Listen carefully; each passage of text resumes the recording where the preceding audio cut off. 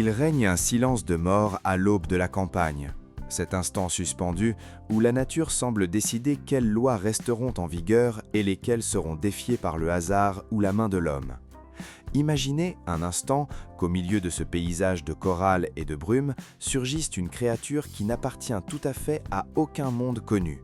Un être qui porte le sang de l'humble poule domestique, mais qui brille du feu indomptable d'un faisan d'Asie.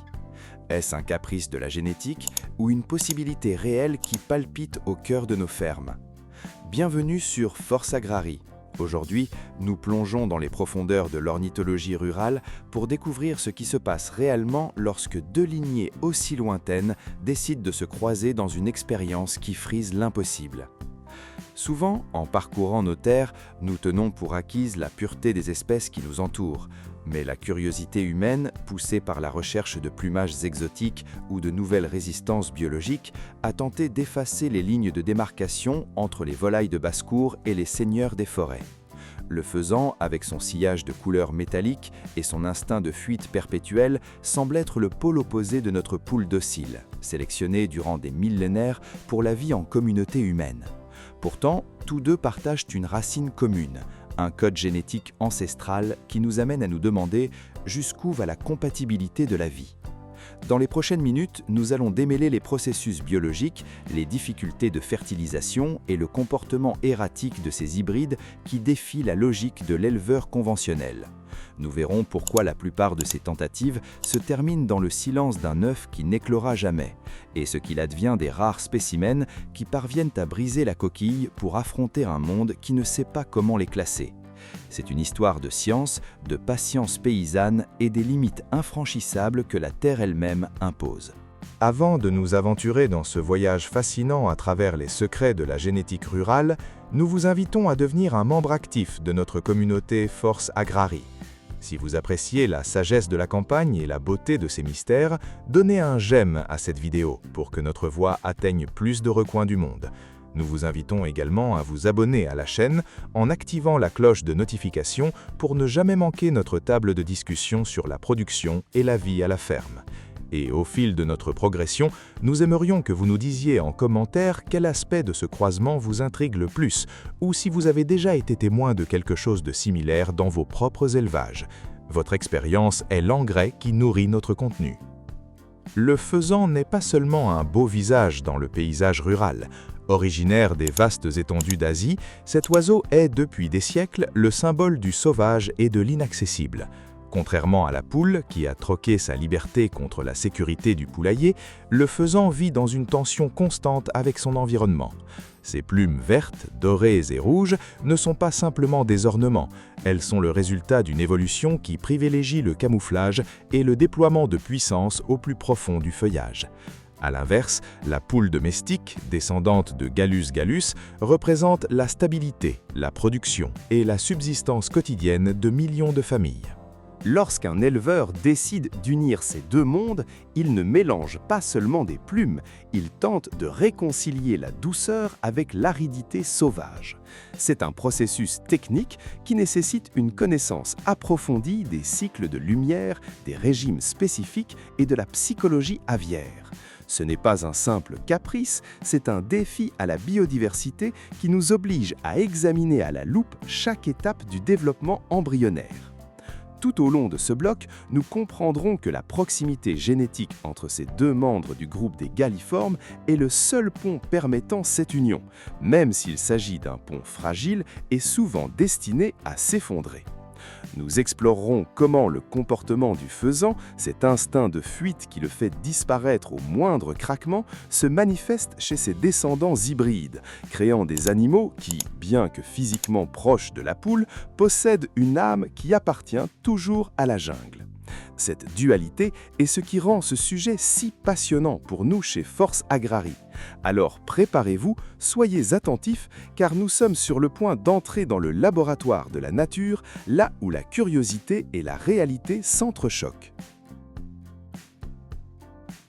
Entrer dans le monde de l'hybridation n'est pas un simple exercice de curiosité, c'est s'aventurer dans un complexe laboratoire à ciel ouvert où chaque décision de l'éleveur peut altérer le destin d'une lignée. Pour comprendre comment une poule et un faisan peuvent concevoir une vie, nous devons d'abord observer la gestion technique et l'environnement qui les entoure. Dans la vie quotidienne de nos fermes, l'élevage des volailles suit des rythmes ancestraux. La poule domestique, ce pilier fondamental de la souveraineté alimentaire, est le résultat d'une sélection génétique millénaire axée sur la stabilité productive. Mais le faisan, cet aristocrate des broussailles, exige une infrastructure et une patience que peu possèdent. Le processus commence par la préparation de l'habitat. Contrairement à un poulailler conventionnel, où la fonctionnalité est la priorité, l'espace pour les faisans doit reproduire la densité et le mystère des sous-bois. Ici, la technologie agricole se manifeste par des systèmes de contrôle de la lumière et de la température qui simulent les saisons de l'année. Car le faisan est une créature au cycle saisonnier très marqué, à la différence de la poule qui, sous les soins humains, a appris à produire presque toute l'année. Lorsque ces deux espèces cohabitent, l'éleveur doit faire face au premier grand défi, la synchronisation comportementale. La parade nuptiale d'un faisan est une danse géométrique de couleurs et de sons gutturaux, tandis que la poule répond à des signaux beaucoup plus directs et domestiqués. D'un point de vue technique, la plupart de ces croisements dans le milieu professionnel sont réalisés par insémination artificielle, une technique qui requiert une précision chirurgicale et une connaissance approfondie de l'anatomie aviaire. L'opérateur rural, avec ses mains calleuses mais délicates, doit recueillir le matériel génétique et s'assurer que le transfert s'effectue au moment exact du cycle ovulatoire de la poule. Cependant, même avec la technologie la plus avancée de nos fermes modernes, la compatibilité est capricieuse. Nous parlons d'une union entre différents genres biologiques. Alors que la poule appartient au genre Gallus, le faisan commun appartient au genre Phasianus. Cette distance taxonomique est comparable à la tentative d'assembler deux pièces de machinerie qui, bien qu'utilisant le même carburant, possèdent des engrenages de taille différentes. Une fois l'œuf pondu, le processus se déplace vers l'incubateur, le cœur technologique de la production avicole. Ici, le contrôle est absolu. L'humidité doit être maintenue à des niveaux spécifiques, généralement entre 45% et 55%, et la température ne peut osciller au-delà de 37,5 degrés Celsius. Le retournement automatique des œufs simule le mouvement naturel de la mère, garantissant que l'embryon n'adhère pas à la membrane interne. Néanmoins, c'est sur la table de mirage que le drame rural prend vie. En éclairant l'œuf dans l'obscurité du laboratoire, le leveur cherche cette araignée de veines rouges qui indique la vie. Malheureusement, dans le croisement de faisan et poule, nous ne voyons souvent qu'un vide. La mortalité embryonnaire est extrêmement élevée, atteignant parfois 90% des tentatives en raison d'incompatibilités chromosomiques qui stoppent le développement dès les premiers jours. Si le destin permet aux poussins de briser la coquille, la gestion post-éclosion devient critique. L'hybride, souvent appelé faisaline dans les cercles informels du milieu, présente une fragilité immunitaire notable. Chez Force Agrarie, nous savons que la santé animale est la base de toute ferme prospère, et avec ces spécimens, les vaccins et les suppléments vitaminiques doivent être administrés avec une rigueur extrême. Ces petits êtres montrent dès leurs premiers jours une confusion instinctive. Ils ne possèdent ni le calme du poussin de poule qui cherche la chaleur de la main du fermier, ni la totale indépendance du faisan. Ils se déplacent avec une énergie nerveuse, une vibration sauvage qui coule dans leurs veines, nous rappelant que, bien qu'ils naissent dans un environnement contrôlé, leur héritage est lié aux cycles indomptables de la nature. La croissance de ces animaux est une étude de contraste visuel. Tandis que les plumes définitives commencent à apparaître, le travailleur rural observe comment les motifs de couleurs se mélangent de façon chaotique. Il n'y a aucune uniformité. Certains développent des pattes longues et fines, conçues pour la course, héritage du faisan, mais avec la poitrine large et lourde d'une poule de chair. Ce manque d'harmonie physique entraîne souvent des problèmes de développement osseux. À la campagne, l'efficacité est la loi, et un animal qui ne peut pas se déplacer correctement pour chercher sa nourriture ou un abri est un animal qui souffre. C'est pourquoi les éleveurs dédiés à ces expériences doivent fournir des sols aux textures spécifiques et des zones d'exercice pour éviter les malformations. Il est fondamental de mentionner l'aspect de la nutrition rurale. Une poule commune se contente d'un aliment équilibré standard en protéines végétales, mais l'hybride de faisan nécessite un régime beaucoup plus riche en acides aminés et en protéines animales, semblable à ce qu'un faisan trouverait dans la forêt: insectes, jeunes pousses et graines sauvages. La préparation de cet aliment à la ferme même est un art en soi, mélangeant des grains moulus avec des suppléments spécifiques pour compenser les déficiences génétiques du mélange. C'est un travail ardu, silencieux et souvent peu récompensé, qui démontre que la vie à la ferme est bien plus que simplement semer et récolter. C'est prendre soin de la complexité de l'existence sous toutes ses formes. Cette danse entre le possible et l'impossible nous révèle que le travail au champ transcende la simple manipulation de machines ou la froideur des chiffres. Il s'agit d'une harmonie profonde, presque spirituelle, avec l'écosystème qui nous entoure. Observer la tentative d'unir ces deux espèces et recevoir une leçon sur la résilience de la vie, mais aussi un rappel nécessaire à l'humilité face aux frontières que la nature a sculptées pendant des éons. Cependant, au-delà de la technique, il existe des particularités qui défient toute logique, des comportements qui semblent être les miroirs des saisons les plus erratiques et des secrets que seul l'œil attentif du producteur parvient à percevoir. Pour comprendre réellement ces êtres qui habitent au seuil entre le domestique et le sauvage, nous devons observer de plus près l'essence même, cette structure invisible qui les rend uniques dans le monde rural. La vie à la campagne nous enseigne que le temps ne se mesure pas en minutes, mais en cycles de récolte et par le battement constant de la terre. Dans ce décor, l'hybride entre poule et faisan s'érige comme une anomalie qui défie la quiétude de l'après-midi rural. L'une des curiosités les plus frappantes, souvent évoquée à voix basse entre les éleveurs les plus expérimentés, est la transformation du chant. Alors que le coq domestique annonce l'aube d'une note claire et prévisible, l'hybride émet un son déchiré, un mélange entre le cri métallique du faisan et la tentative ratée d'un cocorico. C'est le son d'une identité divisée, une voix qui résonne dans les hangars pour nous rappeler que certaines frontières biologiques, lorsqu'elles sont franchies, laissent des cicatrices audibles. Une métaphore récurrente dans nos fermes consiste à comparer ces animaux aux saisons de l'année. Si la poule est le printemps, constante, fertile et pleine de promesses de vie, l'hybride est comme un automne imprévu, magnifique dans ses couleurs ocres et dorées, mais marqué par l'infertilité de ce qui est au point de s'endormir. Scientifiquement, cela s'explique par l'architecture de leurs cellules. Bien que les deux parents appartiennent à l'ordre des galliformes, le nombre de chromosomes et la façon dont leurs gènes communiquent pendant l'incubation reviennent à tenter de jouer une mélodie avec deux instruments désaccordés entre eux.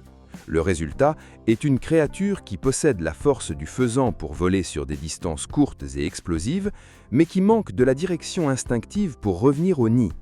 Dans les allées des foires agricoles et lors des réunions d'aviculteurs ornementaux, on raconte que ces hybrides possèdent une mémoire visuelle étonnante.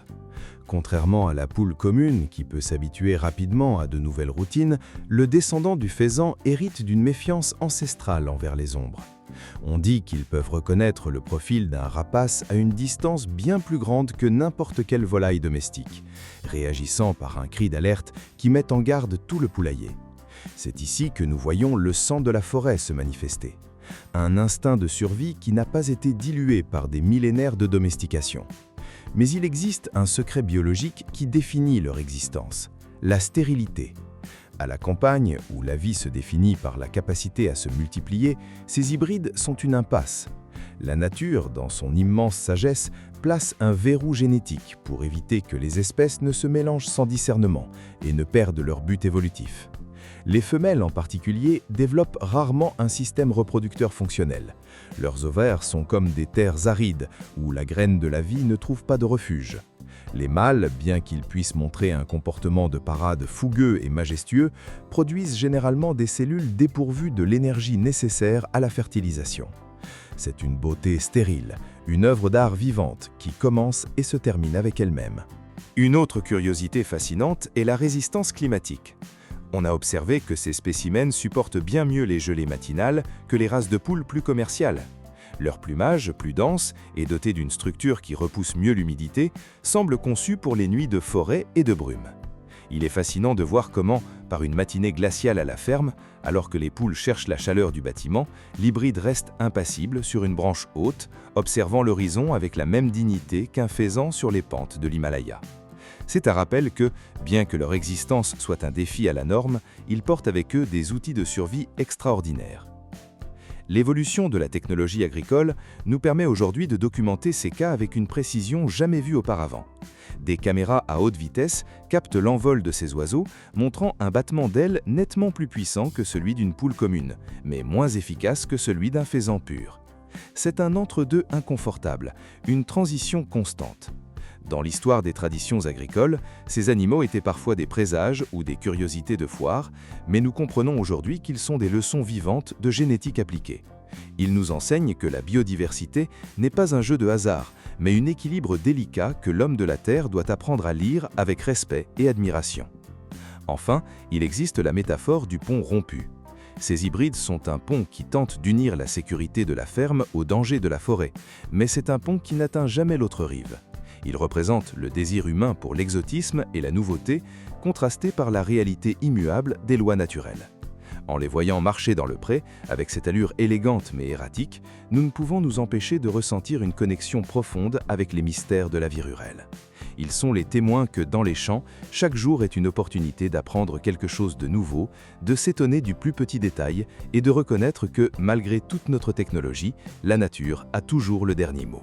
En observant l'allure d'un hybride entre poule et faisan à travers les pâturages, nous ne voyons pas simplement un animal étrange, nous contemplons un rappel vivant que la nature possède ses propres protocoles de sécurité. Ce parcours fascinant nous a mené de la génétique la plus pure du faisan asiatique à la stabilité domestique de nos poules, mais nous devons maintenant atterrir dans la réalité pratique de nos fermes. La conclusion est aussi directe que le tranchant d'une faux, ce croisement, bien que visuellement impressionnant, manque d'utilité dans la production rurale moderne. Le producteur expérimenté sait que le temps et les ressources sont les actifs les plus précieux de l'exploitation, et les dépenser pour des êtres stériles ayant des difficultés d'adaptation et une croissance irrégulière va à l'encontre de l'efficacité que le monde agricole exige de nous aujourd'hui.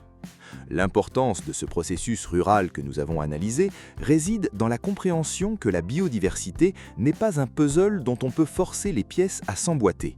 Chaque oiseau de race pure, qu'il s'agisse d'une poule pondeuse de haute lignée ou d'un faisan d'ornement de concours, joue un rôle fondamental dans notre économie et dans l'équilibre de l'écosystème. Lorsque nous tentons de briser ces barrières par simple curiosité, nous nous retrouvons souvent face à des animaux qui souffrent, des embryons qui ne voient jamais le jour et un effort humain qui ne se traduit ni en nourriture ni en durabilité pour la société. La vie quotidienne à la campagne repose sur le respect des cycles.